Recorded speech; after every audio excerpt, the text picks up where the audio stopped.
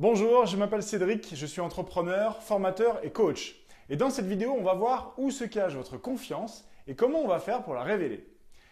Dans votre vie, il y a peut-être encore certaines choses que vous ne savez pas ou que vous ne pouvez pas faire. Avoir suffisamment confiance en soi pour oser passer à l'action et faire quelque chose qui nous fait encore un petit peu peur aujourd'hui.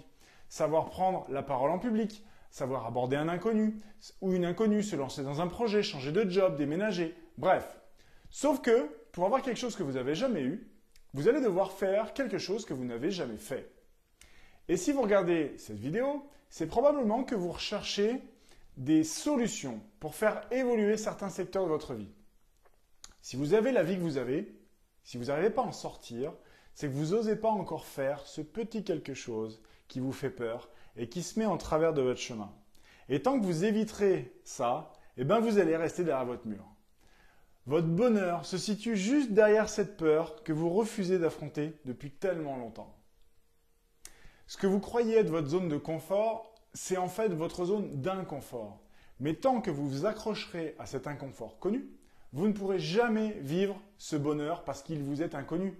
Mais peut-être qu'à la limite, votre inconfort actuel est encore suffisamment confortable pour que vous décidiez d'y rester. Et donc, vous avez encore, pour l'instant, seulement envie de quelque chose de nouveau. Et ce n'est pas vraiment un désir véritable. Regardez le billet qui traite de ça. Un seul mot peut réaliser tous vos rêves. Mais ça ne suffit pas. Vous devez, avant toute autre chose, vous demander si vous savez définir ce qu'est avoir confiance en soi. Avoir confiance en soi, ce n'est pas quelque chose qui se rajoute par-dessus de la timidité ou de la peur. La confiance et la sérénité sont des états naturels de l'être humain, par-dessus malheureusement lesquels des pensées limitantes et des peurs se sont rajoutées. La bonne nouvelle, c'est que vous ne devez pas encore rajouter de la confiance par-dessus qui vous êtes. Vous devez simplement enlever de la peur. Et c'est beaucoup plus rapide et c'est beaucoup plus facile. Et pour enlever de la peur, vous avez simplement besoin de mieux vous connaître vous-même.